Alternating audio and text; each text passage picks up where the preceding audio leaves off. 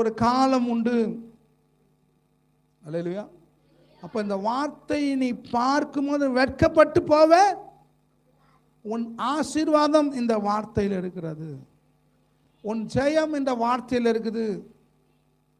அபிஷேகம் வெட்கப்படுத்தாது. கர்த்தருக்கு காத்திருந்து நீ ஜெபிக்கிற ஜெபம் வெட்கப்படுத்தாது.